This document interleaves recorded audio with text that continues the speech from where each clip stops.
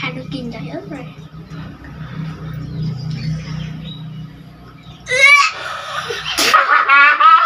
Bỏ nè, khổ vậy, khổ bãi mà. Bà thấy đó.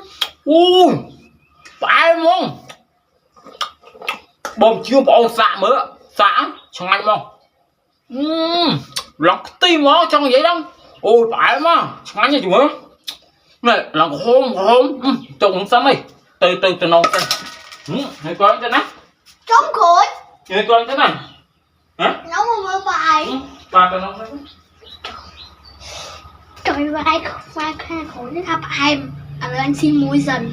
Hai đứa kim đầy ớt rồi.